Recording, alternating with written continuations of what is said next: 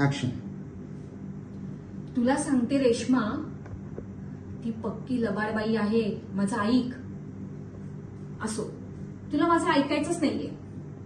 एक दिवस ती जेव्हा सगळं घर धुवून निघेल ना, तेव्हा तुला कळेल ती शांता कोण आहे. समजलं? आणि तेव्हा घरच्यांना हेही कळेल की त्यांनी घरात कोणाला आणून ठेवलं होतं.